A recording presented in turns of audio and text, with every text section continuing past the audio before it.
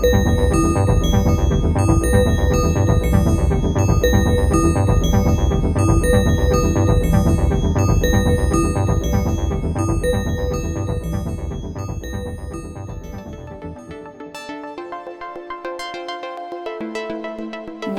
je m'appelle Angelica et j'ai 29 ans. Et bonjour, je m'appelle Gwendal, j'ai 32 ans. Et ici on a James qui a 13 ans.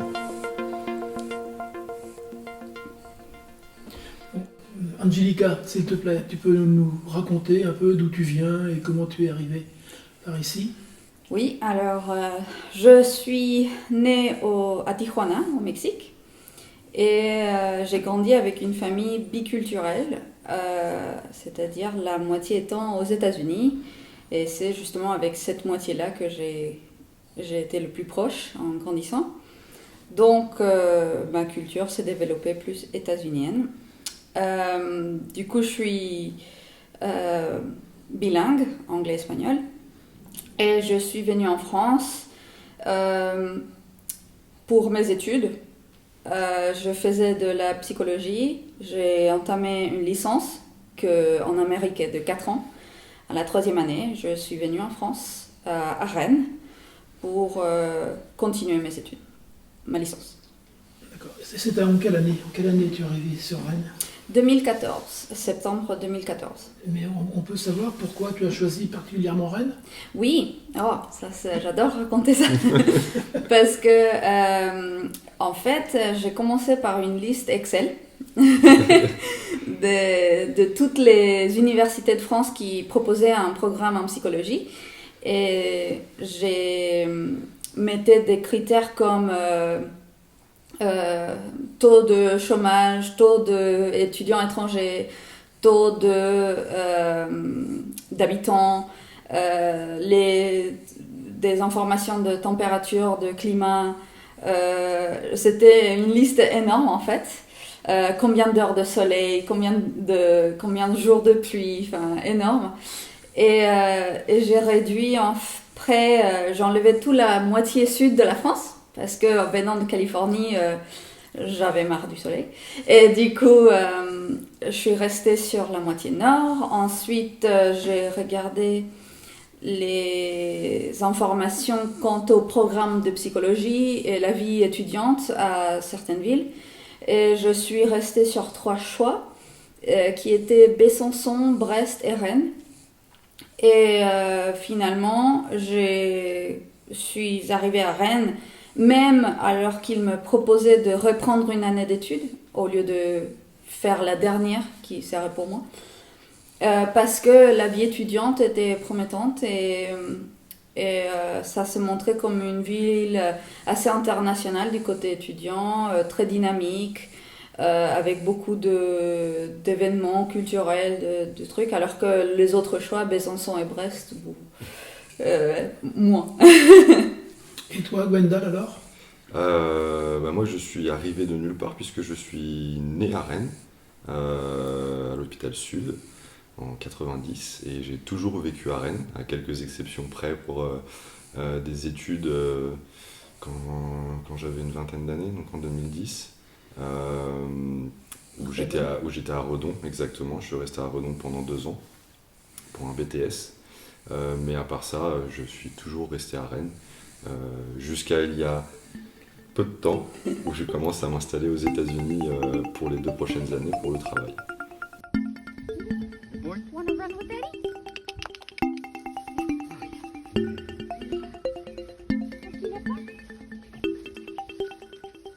Non, mais c'est quand même marrant parce que la première fois, je crois qu'on était aux boîtes à lettres. Ouais. Et ma coloc en ce moment-là, elle avait des problèmes sur son ordinateur. Du coup, je le vois lui. Je dis bon, il est pas mal quand même. Du coup, je lui parle et je dis toi, t'as l'air de te connaître un petit peu en informatique, non? Il me dit bah, faudrait bien, c'est mon métier. et je l'ai évidemment dit exactement comme ça. Voilà. Du coup, j'ai dit bon, on va mettre de côté ça. Et du coup, je lui ai demandé de l'aide. Et à chaque fois que je lui demandais de petits services, c'était pour ma coloc. Donc lui, à un moment, il pensait que j'essayais de le mettre avec ma coloc. Sauf que non, j'essayais pas non plus avec moi, non. Pas au début. Voilà. Et puis, le gros service que j'ai demandé, c'était aussi de garder lui. Je commençais un petit CDD de Noël en temps plein. Donc, et ma coloc était avec sa famille, donc il allait se retrouver tout seul 8 heures par jour, 9 avec le transport. Donc je lui ai demandé de le garder et c'est grâce à lui en fait qu'il est là. Hein. C'est lui qui m'a demandé est-ce qu'on peut le garder? Oui, ok. Donc voilà, maintenant j'ai 2 poilus. C'est lui qui a fait le boulot. On cherchait notre chez nous, qu'on a fini par trouver ici. On se dit, alors on sait qu'on ne va pas passer notre vie dans cette maison en particulier. On ne s'est pas posé la question du bolon au-delà de ça.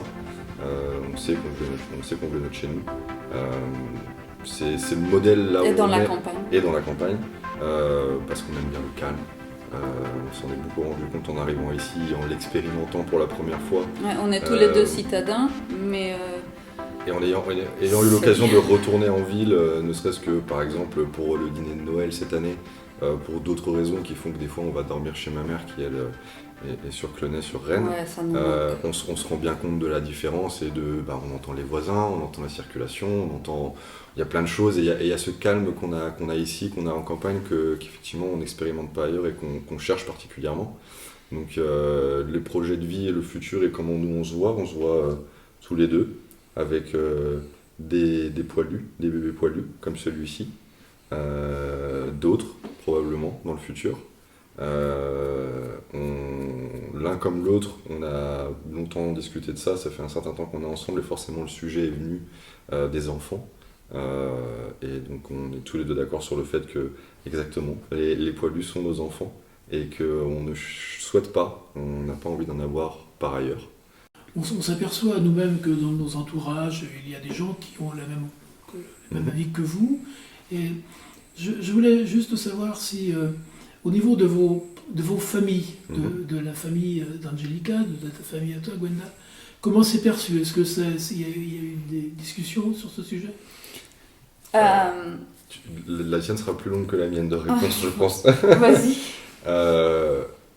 Pour faire simple, c'est pas forcément une question que je m'étais posée très tôt. C'est des sujets qui traversent l'esprit forcément, mais c'est venu que plus tard, c'est venu vraiment que de ma relation avec Angie. Quand on a commencé à se poser les questions, vraiment on arrive à un âge où... Non, mais même avant, parce que moi j'étais quelqu'un... Moi j'ai toujours... Oui, mais moi non. Voilà. Moi c'est venu avec toi. Ouais. Ma mère a été... pas forcément tout à fait d'accord. Elle disait jamais dire jamais, c'était de ce type-là. C'est ça. Mais depuis que vraiment elle est au courant que ça a été fait, décidé et que c'est comme ça maintenant. Ouais, elle a quand même eu une réaction, enfin en tout cas du premier coup, parce qu'on est allé, je vais le mentionner, hein, on est allé sur le point de vraiment décider, donc non, on ne changera pas d'avis. Monsieur s'est fait vasectomiser. Du coup, quand sa mère l'a su, elle a pas apprécié du tout. Mais ça a duré une journée. Oui, voilà. Heureusement, c'est passé vite. Elle n'a pas gardé de la rancœur du fait qu'on lui vole de petits-enfants ou cette possibilité. Donc c'était déjà ça. On s'entend très bien avec sa mère quand même. Et j'ai la chance d'avoir une si gentille belle-mère. Et de mon côté, du coup, moi j'ai grandi dans une famille très catho. Mais moi, depuis que j'étais petite, comme je suis la Benjamine, et je suis très séparée en génération de mon frère et ma sœur, j'ai toujours été un peu les casse-pieds. Du coup, j'ai su très très jeune que je voulais pas d'enfant, dès mes 12 ans. J'ai dit c'est pas pour moi. Et donc j'ai commencé à les rentrer avec un marteau à mes parents depuis très jeune que ça allait pas se faire. Que non, voilà, finalement ils se sont faits, surtout avec l'âge. Mon frère, à peine il y a un an, il m'a dit « Ah, mais finalement, t'es bien resté dessus hein ?» J'ai dit « Bah oui, j'ai dit ça depuis que j'avais 12 ans. » Les gens en général, les amis. Alors les amis, non, les amis... On a une amie qui est pareille. Oui. Et donc elle comprend tout à fait. De son côté, surtout les mecs, ils aimaient pas trop les arguments qu'on avançait. Du fait, oh, mais si tout le monde pensait comme vous, etc. Nous, on a nos propres arguments. Enfin, on dit oui, mais pas tout le monde pense comme nous, justement. Donc, il y a où le problème? Mais de toute façon, on n'a pas cette volonté de les convaincre. Prêcher ou de convaincre qui que ce soit. On n'est pas des militants. Non, on n'est pas des militants. Et enfin, ça va dépendre. C'est vrai qu'elle a un peu plus, mais ça va plutôt être militante dans le sens où s'il y a quelqu'un en face d'elle qui est également militant dans l'autre sens et qui va chercher à convaincre soit elle, soit d'autres personnes absolument c'est votre destin sur cette terre, vous devez procréer, si vous procréez pas, la race humaine va s'effondrer. Alors que t'es pas mère. Et donc là, quand elle se retrouve confrontée à ce genre de personnalité, là effectivement elle sort la carte militante et elle rentre directement dans le tas. On peut parler de votre... on sait maintenant que votre arrivée à Bologne était un peu fortuite. Hein, vous avez trouvé cette maison, c'était comme ça. Et puis aujourd'hui, alors, comment est-ce que vous vivez cette ruralité qu'est-ce qui a changé pour vous, cette ambiance? On s'adapte. Des leçons de conduite. Alors oui, des leçons de conduite, effectivement, ça c'est une méthode de s'adapter. Non, mais il y a pas mal de petits détails qui sont c'est complètement triviaux, mais intéressants de mentionner, qui font quand même beaucoup de différence avec la ville et qui au début sont... Pour quelqu'un qui a toujours été citadin, ça peut sembler surprenant, même si ça va de soi pour toute personne qui a toujours vécu à la campagne ou qui l'a déjà expérimenté. C'est dès qu'il commence à faire nuit, le soir, tard, tu fous la tête dehors. C'est noir, complet, il n'y a rien. Et ça, la première fois, on s'y arrête dessus une demi-seconde en ayant un minimum d'intellect, on se dit évidemment qu'il fait noir, je veux dire, ils vont pas mettre des lampadaires partout en campagne. Mais c'est quand même surprenant quand on le vit. La première fois, le cerveau, tout de suite, il a un petit « Ah bah oui, c'est vrai ça !» Et puis les poubelles, pareil, devoir emmener ses poubelles jusqu'en bas, c'est vraiment se sentir... mais ça aide. Le silence, mais ça aide à vraiment se mouler dans cette... Est-ce que le rapport aux gens? Nous, on a choisi explicitement d'être... pas explicitement, exprès, d'être hors le bourg. Parce que déjà, on ne voulait pas des écoles près, tout ça. On ne voulait pas entendre les gosses. En dehors du bourg et pas dans un lotissement. Et pas... Voilà, ça c'était gros choix. Déjà pour le terrain...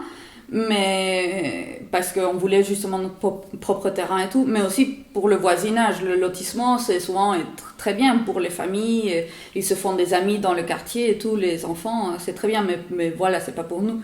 Donc on voulait notre calme. Mais c'est vrai que la grosse différence que je trouve avec la ville en termes de liens humains et sociaux par rapport alors je sais pas si c'est juste ici ou si c'est la campagne. Ça, c'est génial. Oui, c'est vrai, effectivement. Il n'y a pas trop de gens alcoolisés dehors, c'est vrai. Qui chantent. Mais c'est plutôt que le lien ici, le tissu, va se faire au niveau de la localisation.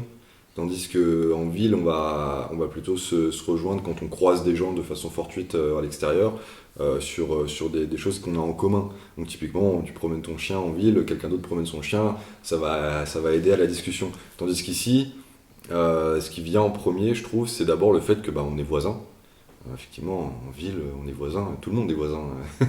Dans un rayon de 100 mètres autour de toi, tu vas avoir des dizaines de familles. D'autant plus si tu vis dans un immeuble. On est plus serviable comme ça, j'ai l'impression. Ouais, ça permet de se concentrer plus sur les gens qui sont autour de soi. Ouais. Parce qu'effectivement, comme quand t'as une dizaine de familles dans un rayon de 100 mètres autour de toi, tu vas pas pouvoir être sociable. Il y a des gens pour lesquels oui, mais la grande majorité des personnes sont, sans être jusqu'à notre niveau où on aime beaucoup être tranquille, il y en a qui vont être normalement sociables, mais qui vont malgré tout pas avoir des contacts avec tout le monde. Tandis qu'à la campagne, c'est beaucoup plus simple, on peut se concentrer sur les quelques familles qu'il y a autour de soi. Maintenant que vous êtes à la campagne, votre devenir? Alors, donc, un des choix, c'est pas juste être tranquille dehors, dans notre tranquillité, et avoir du terrain pour lui, mais on est aussi partant d'un mode de vie écolo, en tout cas on essaye au plus possible. Et du coup, Je dis ça parce qu'on est arrivé à cette maison qui était donc déjà construite et on a dit c'est pas notre maison définitive, mais parce qu'on pense à un moment on veut créer notre maison, mais donc si on va la bâtir, on veut la faire bien par rapport à nos valeurs et pas prendre un constructeur qui nous fasse une maison comme voilà, de ce même type alors que les choses ont changé. Donc on a des projets pour faire une maison beaucoup plus écolo, durable. Et dans la région ou... Ah, ce sera, ce sera même dans le département et voire même autour de Rennes. Oui. Donc, Voire même autour de Bolo. Oui, voire même à Bologne, qui sait. il y a des terrains qui se prêtent, oui, oui. Tout à fait.